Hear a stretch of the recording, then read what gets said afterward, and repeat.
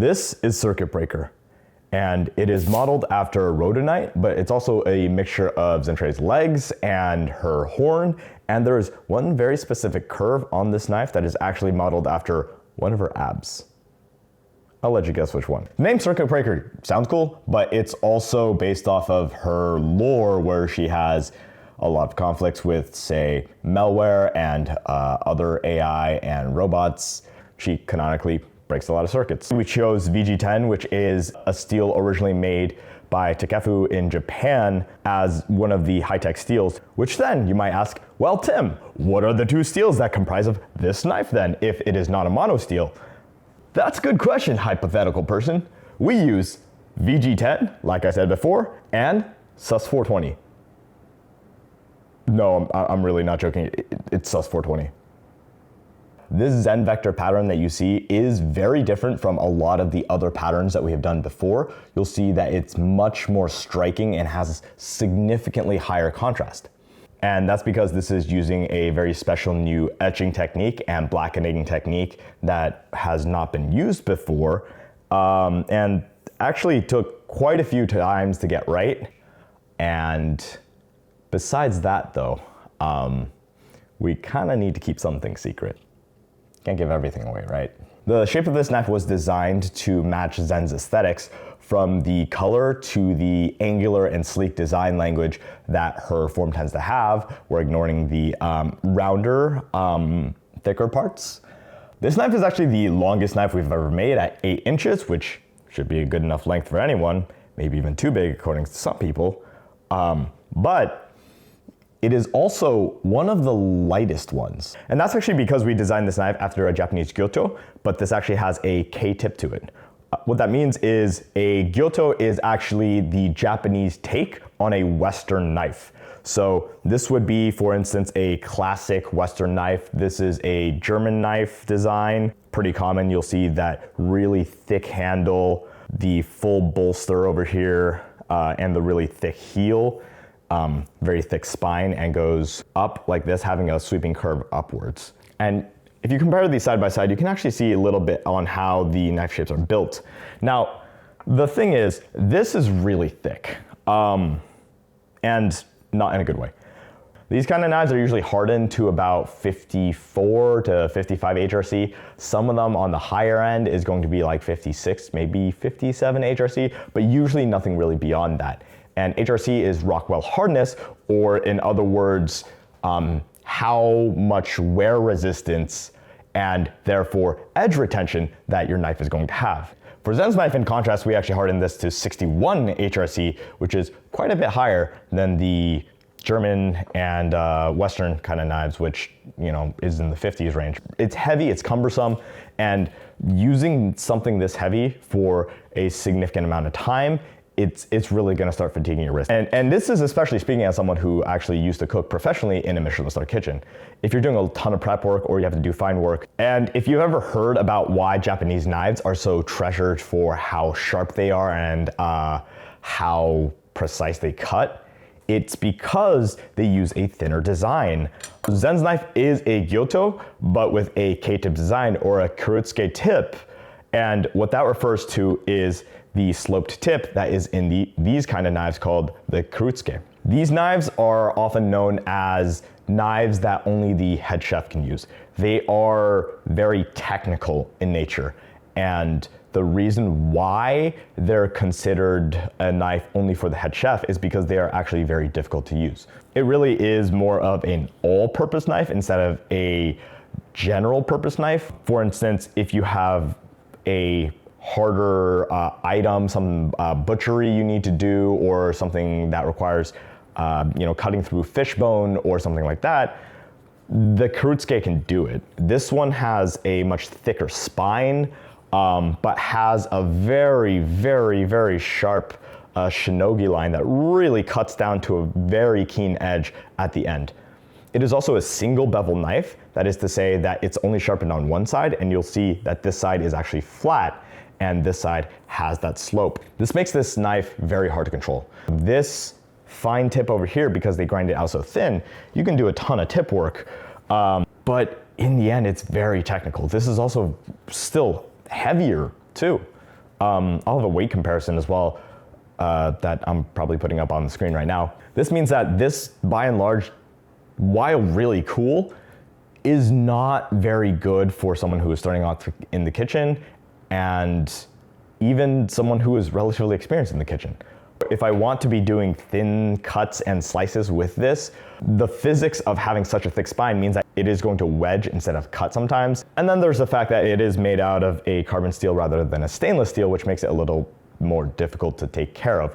After each use, you generally want to wipe it down and do a thin layer of oil so it doesn't oxidize, it doesn't rust. However, the Kurutsuke's down-angled spine over here is one of its best features. It is what allows this knife to have so much fine tip precision despite being such a large knife, compared to the Western, which tends to slope upwards. And you'll see classic Gyuto designs also tend to have that slope upwards. So this knife was designed to cut very, very cleanly, very, very nicely through things. That means that it's going to have a thinner spine. It has a higher shinogi line right about at the midpoint, which I guess isn't really that high, to be perfectly honest. And a shinogi line is essentially where the knife really starts to thin down, where you really get the bevel set on the knife. The most obvious example would be on this, where you can see the grind here is a very dramatic shinogi line, and that shinogi shows where you're grinding down in order to get your bevel and how you want to set your knife dimensions. With this one, because we actually made the spine really thin to begin with, so that it has really great cutting potential, that means that this knife is going to be really, really sharp. And it's also going to be pretty easy to sharpen. VG10 is not a steel that's very difficult to sharpen. Even though it has high wear resistance, it takes very easily to sharpening of all different kinds. It's also fairly stain resistant, but once you put on the SLUS 420 and then also etch it, it adds another layer of corrosion resistance. So you don't need to kind of baby around water and have all the problems with this where you're trying to constantly wipe it off and you know, having stains. And that does come down to the philosophies of cooking between different cuisines as well. So I actually went to culinary school and was trained in classical French cuisine and Italian cuisine before I learned more modernist and Japanese cuisine at the Michelin star place that I had worked at. And one of the interesting things about knife design is the philosophy of how knives are used in a kitchen. For instance, this particular knife is general purpose, not all purpose. So for instance, it is good for many, many, many different things, but it is not good for everything. It does not have the thick spine of the Kurutsuke, so you should not be putting this knife through very thick, heavy items. It is a thinner knife. It is made for laser precision. And a Gyuto is actually literally translated as a cow knife. So it was meant for butchering a little bit more and meats. Even though this is great for vegetables and it's great for general prep, it does have a slight bias for being very good to cut through meat and very good for portioning meat out, cubing meat, cutting meat. Now, this doesn't mean that it's good for butchery, which is where you want to be scraping its bones and things. After it's off the bone, this is very good. While it still has bones on it, you want to go with a different knife. Because we want to keep with Zen's idea of cyberpunk and robotic precision, this knife is made as a general purpose knife and is extremely precise and laser sharp. Sharpness, by the way, look, I'm still gonna do fun cutting demonstrations because they're fun, but a lot of it has to do not with the blade or the final apex of this edge, but rather with the design of the knife itself. The thinness of the knife is really going to determine how it feels when you're cutting through something. The reason for that is, you know, pretty obviously, if you take a wedge and you're trying to push it through something, you have a lot more friction, a lot more force. You imagine taking something this big and trying to cut a carrot with it, it's not gonna work out.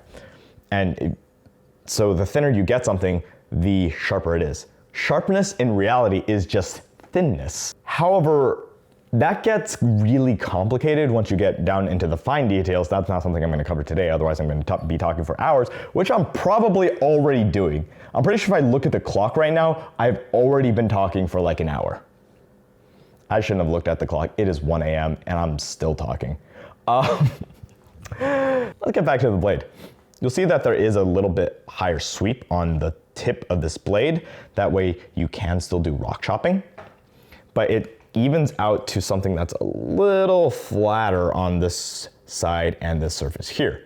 That allows you to have straighter cuts and not have as much hanging cuts, in which every knife that I personally will be designing will generally have this back sweep over here, because for me, this not only makes it more comfortable to hold in this finger choil, but also prevents hanging cuts, or otherwise when you're trying to cut through something and then the back heel of your knife just doesn't go through, especially when you're doing a pinch grip. I see a lot of people who start off with the pinch grip and cut using only this part of the blade, and by the time it reaches over here, they're not rocking back all the way on the heel, and then they have a lot of hanging cuts. So this helps prevent that, and is one of the design considerations that personally I think all knives should have, but if you have a large bolster, they can be difficult.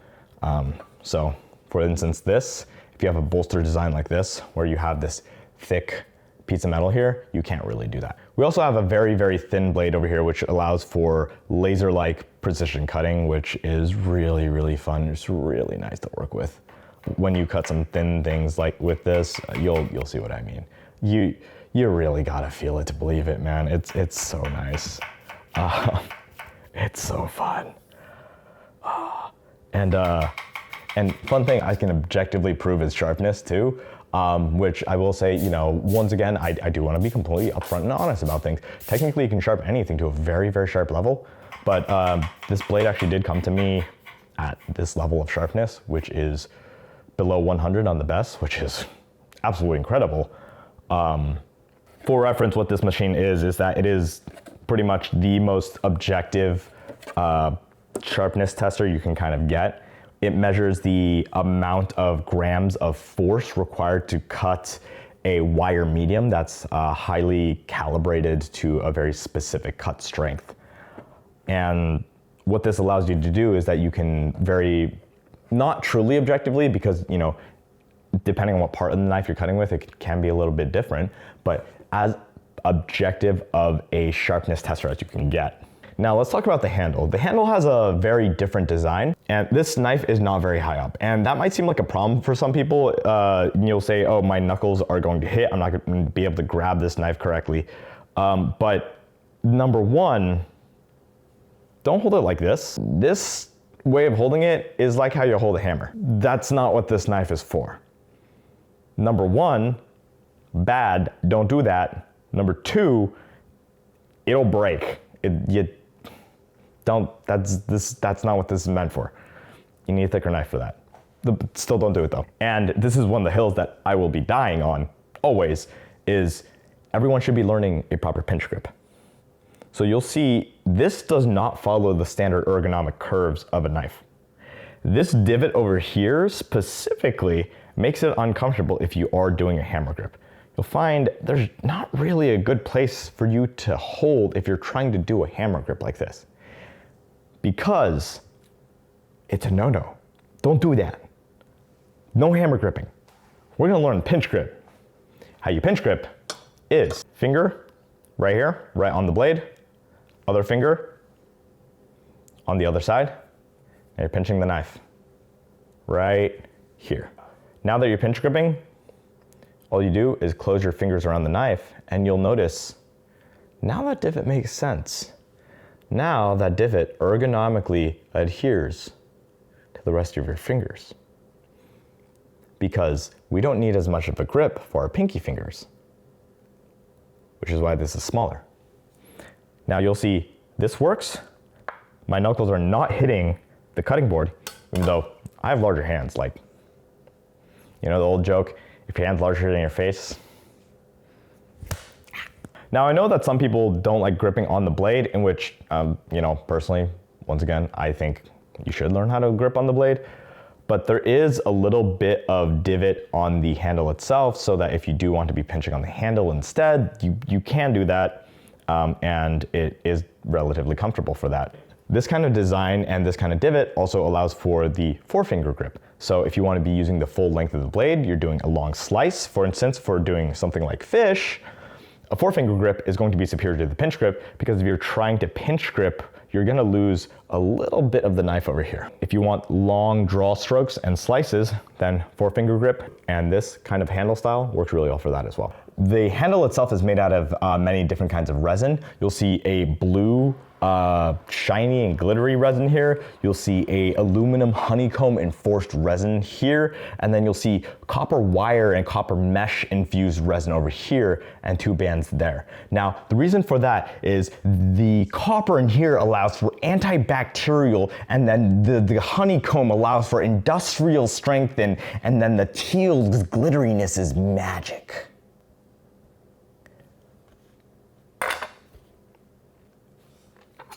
Yeah, it just looks cool. And, you know, cyberpunk aesthetics.